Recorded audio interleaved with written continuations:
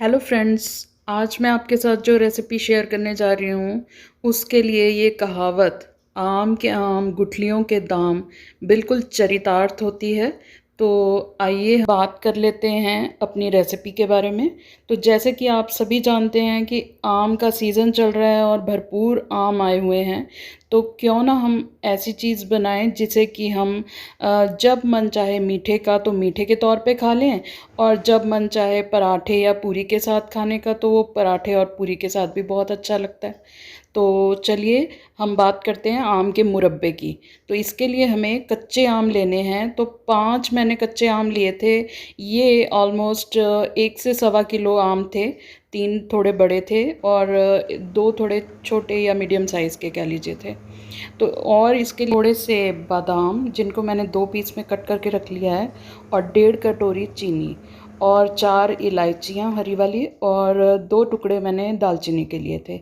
तो देखिए इस तरह से मैंने लंबे लंबे फाँकों में आम को काट करके रख लिया था।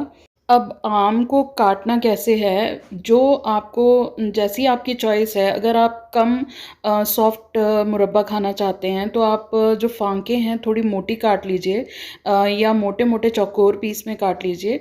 तो इतनी पतली ना काटिए। और फिर इसको हमने बॉईल करने के लिए रखना है। तो बॉईल करने के लिए पानी सिर्फ उतना ही चाहिए कि फांकों को कवर करने के लिए ज़रूरत है, क्योंकि हमें इसे ज़्यादा देर बॉईल नहीं करना है। तकरीबन मैंने 5 मिनट के लगभग इसे उबाला था। तो आप लोग भी उसी तरह से उतना ही पानी डालिएगा। इसे जो है मैंने हार्ड एनोडाइज्ड कढ़ाई में उबाला था। इसको मैंने ना ही एल्यूमिनियम की कढ़ाई यूज़ की थी इसके लिए। तो आप लोग भी क्योंकि आम खट्टे होते हैं तो पीतल और एल्यूमिनियम के साथ फिर खट्टी चीज़ का रिएक्शन हो जाता है। इसलिए आप या तो हार्ड एनोडाइज्ड कढ़ाई में पकाएं या कोई स्टील के बर्तन में या स्टील की कढ़ाई में पकाएं। तो इधर हमने इसके लिए लिया था 1.5 कटोरी चीनी, और थोड़े से बादाम लिए थे जिनको मैंने 2 पीस में कट करके रख लिया था। चीनी आप अपने टेस्ट के हिसाब से लीजिए। तो जितने आम होते हैं ऑलमोस्ट उससे हाफ़ चीनी लगती है, या हाफ़ से थोड़ी सी ज़्यादा कह लीजिए। और 4 मैंने हरी इलायचियाँ ली थी और 2 टुकड़े दालचीनी के लिए थे। और हमने इसको थोड़ी देर के लिए ही पकाना है, इसलिए इससे हमने दूर नहीं हटना है। इसे थोड़ी थोड़ी देर में हमें देखते रहना है कि कितना ये पक गया है। और ये रेसिपी इतनी का आसान है और खाने में उतनी ही स्वाद है, और टाइम भी बहुत कम लगता है और बन के बड़ी जल्दी तैयार हो जाती है। तो ये देखिए हमारे आम ऑलमोस्ट डन हैं। तो इस तरह से हम इनको चेक कर लेंगे चम्मच की सहायता से कि ये कैसे कट रहे हैं। अगर आपकी चॉइस जैसी है आप उस हिसाब से देख लीजिए। हमें थोड़े सॉफ्ट पसंद है तो मैंने इनको थोड़ा ज़्यादा पकाया था। तो ये देख लीजिए। इसके बाद हमें इसे छलनी में सारे जो आम के पीसेस हैं वो छलनी में निकाल लेने हैं, और जो पानी बचेगा उसे भी हमें फेंकना नहीं है, उसे हम बाद में ही यूज़ करेंगे। अभी फ़िलहाल हम इनको आम को अलग कर लेंगे और पानी को अलग करके रख देंगे। छलनी से हमारे जो आम है उसमें से जितना भी पानी होगा वो निकल जाएगा। और ये देखिए ये हमारा जो बचा हुआ पानी है इसको हमने रख लिया। अब ये मैंने छलनी पे डाल दिए थे, और अब मैं इसको वापस कढ़ाई में चढ़ा दूँगी। तो इसके लिए हमें कोई वेट करने की ज़रूरत नहीं है, कुछ ज़्यादा देर पकाने की ज़रूरत नहीं है। बहुत जल्दी ये बन कर के तैयार होता है, और ये इतना ज़्यादा स्वाद होता है कि ये ज़्यादा देर आपके घर में टिकेगा ही नहीं, कि बच्चे और बड़े सब इसको इतना पसंद करेंगे। तो इधर मैंने इसके ऊपर चीनी डाल दी है, और इसको मैंने पकने के लिए सिम आंच पे रख दिया है।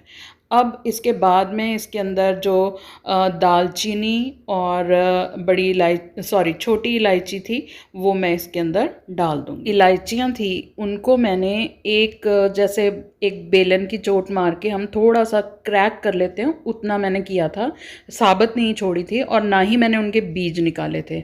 इधर हमारे सारे जो चीज़ें हैं इसमें बादाम, इलायची और दालचीनी पड़ चुकी है इसमें।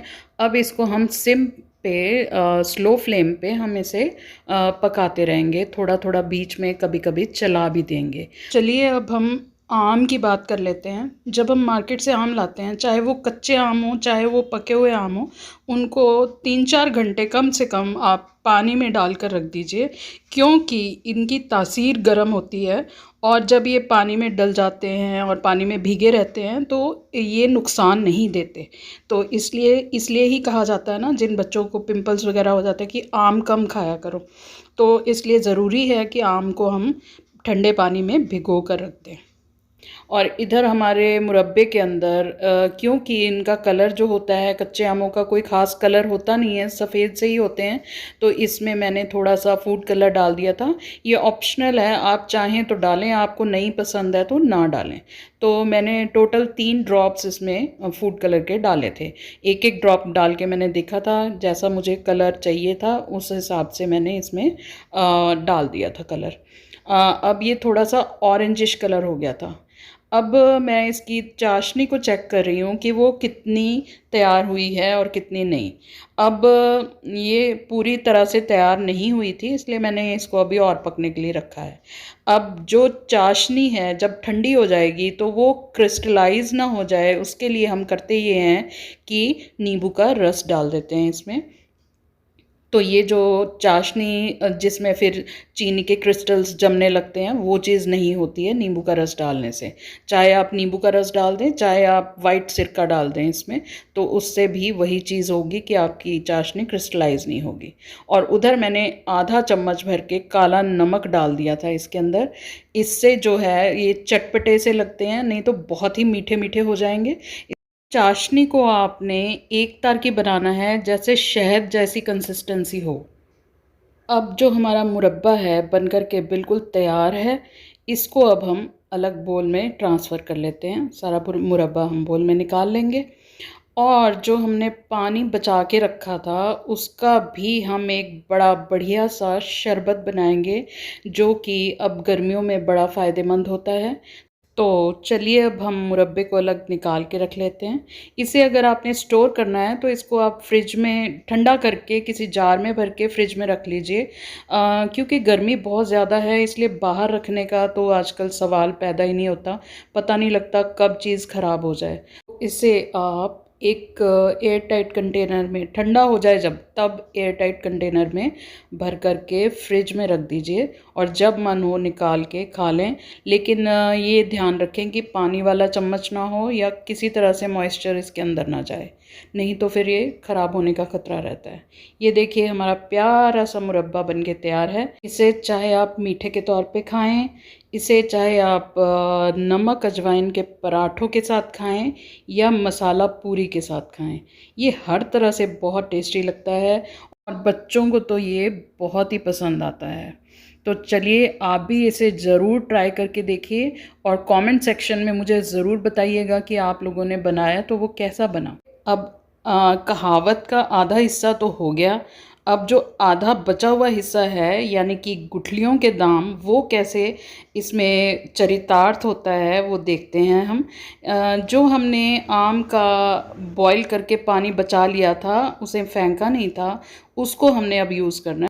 तो जो पानी बचा था हमारा आम उबालने के बाद, उसे हम यूज़ करेंगे यहाँ।